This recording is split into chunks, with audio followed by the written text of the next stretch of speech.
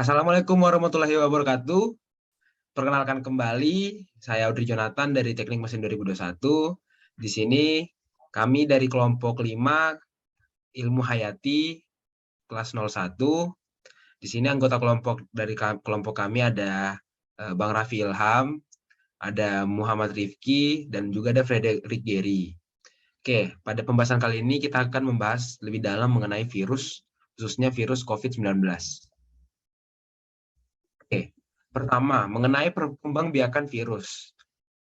Secara bagaimana cara perkembangbiakannya, virus dibagi menjadi dua, yaitu alami dan juga secara buatan.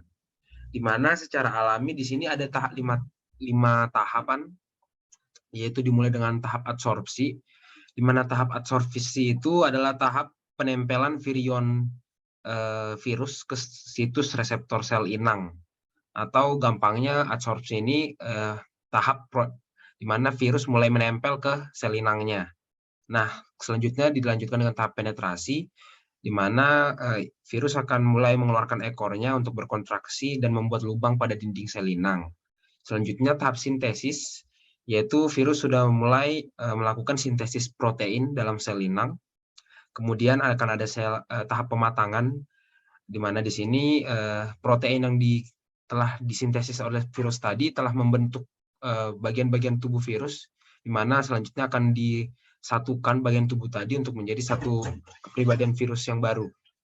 Nah, selanjutnya ada tahap lisis, di mana tahap lisis ini adalah tahap di mana virus akan membuka dinding sel inang untuk melakukan perkembangbiakan ulang dari awal lagi. Nah, selanjutnya ada secara buatan. Secara buatan sendiri gampangnya dilakukan oleh manusia dalam perkembangbiakannya. Namun untuk yang sejauh ini yang bisa kita ketahui adalah dengan cara para ahli mikrobiologi itu menggunakan genom virus untuk mengubah sifat virus itu untuk membuat virus yang baru. Nah, selanjutnya mengenai perbedaan virus dengan makhluk hidup yang lain. Secara buatan virus memiliki sifat aseluler, lalu hanya memiliki salah satu jenis materi genetik, entah itu DNA ataupun RNA, lalu virus tidak dapat bereproduksi sendiri. Selanjutnya akan dilanjutkan.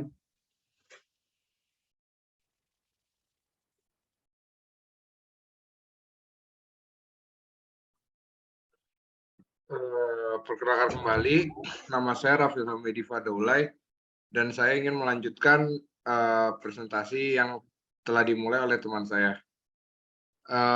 Yaitu selanjutnya saya akan membahas tentang mutasi virus. Penyebab terjadinya mutasi virus itu, pertama, virus bertahan hidup dengan cara menempel pada sel inang.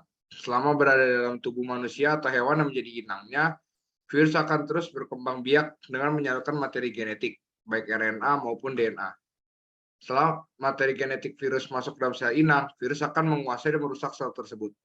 Namun, pada manusia, khususnya manusia, proses ini bisa dihambat dengan sistem kekebalan tubuh. Yang terakhir, agar dapat bertahan hidup, virus harus beradaptasi dengan sel bermutasi untuk mengelabui sistem kekebalan tubuh inangnya.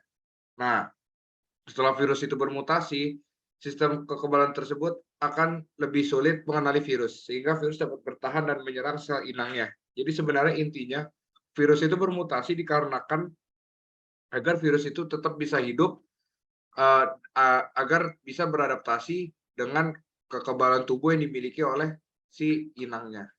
Next.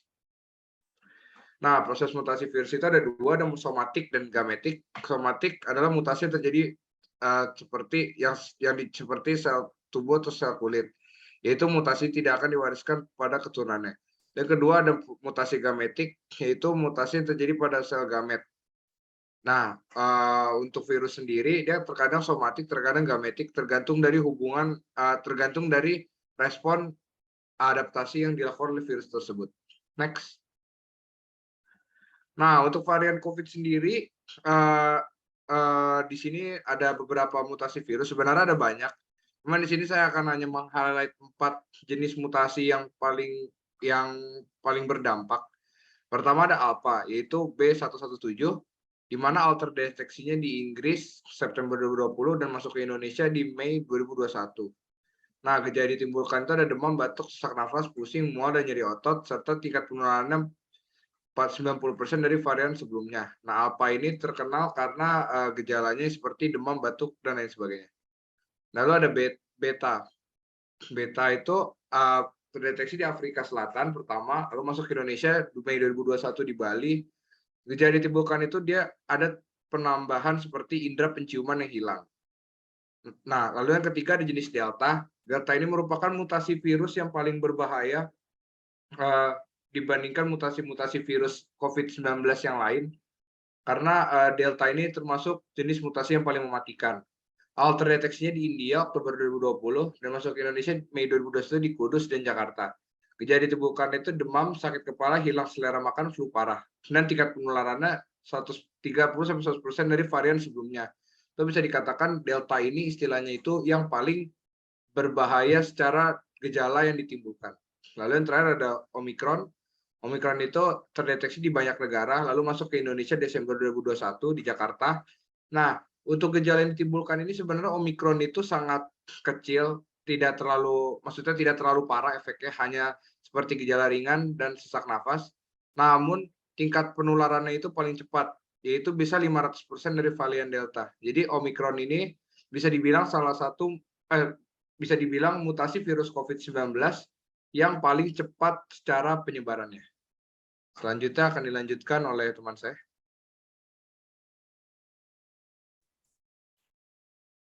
Oke, kasih atas waktunya.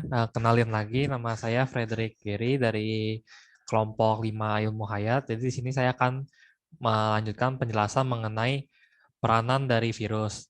Jadi kenapa virus itu dikembangkan, pasti kan ada dampak-dampaknya. Nah, virus itu ada memiliki dampak positif dan juga ada dampak negatifnya. Nah, salah satu manfaat dari virus sehingga virus itu dikembangkan tuh, itu yang pertama, virus dapat dimanfaatkan dalam teknologi rekayasa genetika, manipulasi informasi genetik. Jadi virus itu bisa dimanfaatkan untuk digunakan oleh manusia dengan cara merekayasa genetika dari virus itu. Yang kedua, pembuatan vaksin protein. Jadi virus tersebut bisa digunakan untuk manusia sebagai vaksin melalui metode rekayasa genetika. Kemudian yang ketiga, untuk pengobatan secara biologis. Pengobatan secara biologis ini itu digunakan virus yang sudah direkayasa genetikanya untuk mengobati penyakit khusus yang yang dialami oleh manusia. Yang keempat, untuk pemberantasan serangga hama. Jadi selain itu virus juga bisa digunakan untuk membasmi serangga khusus dengan cara merekayasa virus tersebut sehingga virus tersebut hanya menyerang serangga tertentu. Selain dari manfaatnya, virus juga memiliki dampak negatif. Dampak negatif itu biasanya berupa penyakit terhadap makhluk hidup. Penyakit-penyakit yang diakibatkan oleh virus pada tumbuhan itu salah satunya adalah mosaik, penyakit kuning, daun menggulung, dan lain-lain.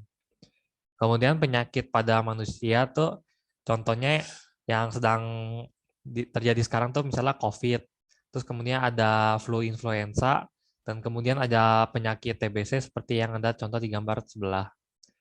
Kemudian berikutnya ada penyakit pada hewan tuh yang disebabkan oleh virus seperti rabies, flu burung, dan juga flu babi. Oke, bisa dilanjutkan.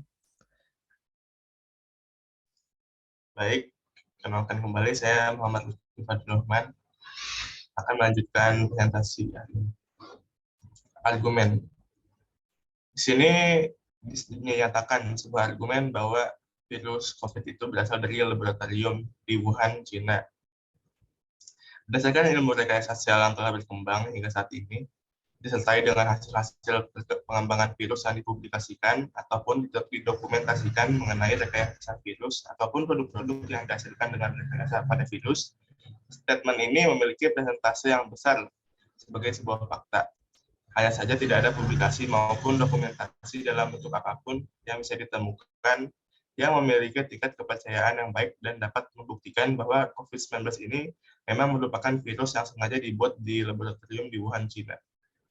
Tapi bukan tidak mungkin bahwa fakta ini benar, namun ditutup-tutupi oleh China karena telah menciptakan pandemi global.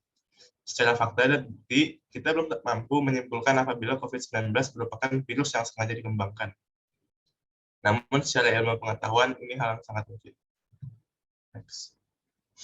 Kesimpulannya adalah virus merupakan entitas kecil yang menyerang sel inang untuk berkembang biak. Virus dapat memberikan dampak yang negatif bagi kehidupan manusia sehari-hari dan makhluk hidup lainnya dalam berupa penyakit. Tetapi, virus juga dapat memberikan dampak yang positif dalam kehidupan manusia. Oleh karena itu, perkembangan ilmu yang mempelajari tentang perkembangan virus merupakan cabang ilmu yang juga tidak kalah penting demi kesejahteraan hidup seluruh umat manusia. Ini adalah referensi daftar pustaka yang kami gunakan dalam menyusun presentasi kali ini. Sekian dari kami, mohon maaf bila ada kesalahan. Wassalamualaikum warahmatullahi wabarakatuh.